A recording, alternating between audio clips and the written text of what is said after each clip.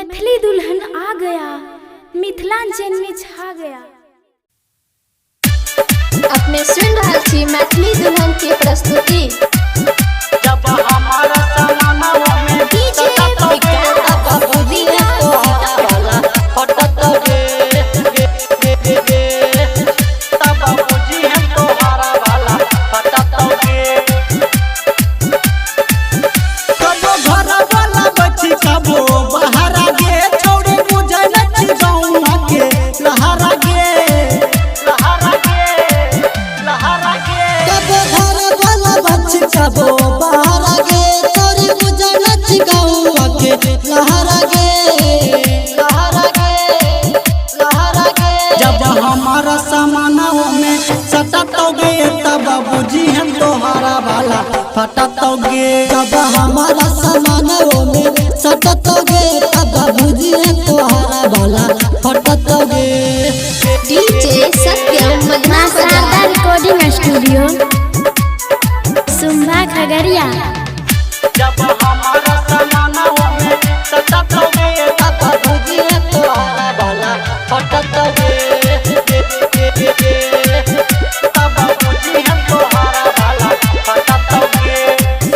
डाल दे तोरा भीतर अपन हम भी जागे, छोड़ दे बछौरी तोड़ जा बनिया के भी जाके बनिया के भी जाके।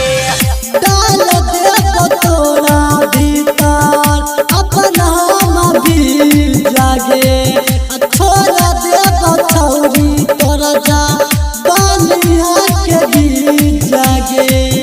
जब डालब त तोरा भी तू लागे, सब जानी जत टोला मुँह लागे। जब महीना सपला सौ में सटत गे तब बाबूजी है तोहारा वाला फटत गे। जब हमारा सामान में सटत गे तब बाबूजी है तोहारा वाला फटत गे। डीजे सत्यम मदना शारदा रिकॉर्डिंग स्टूडियो, सुम्भा खगड़िया।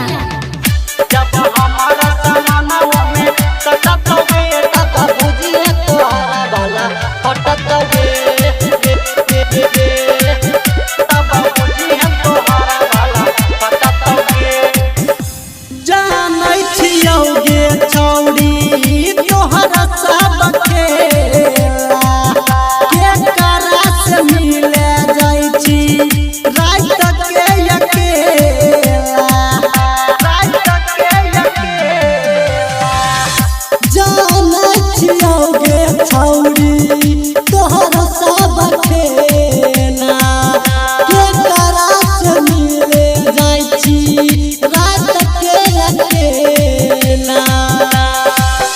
जब रूपक से पड़ा भी तू पालागे, रटन मिथुन करा जतो गमे हालागे हालागे। राजा लक्ष्मण तोरा ऊपर खटत गे तब बाबूजी है तोहारा वाला फटत गे। जब हमारा सामान में सटत गे तब बाबूजी है तोहारा वाला फटत गे।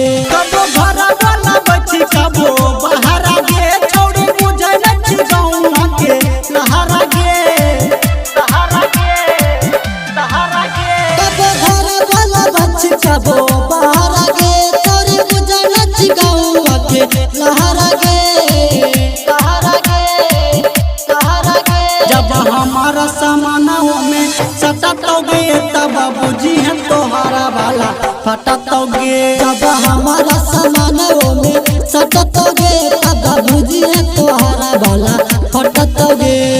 मां शारदा रिकॉर्डिंग स्टूडियो।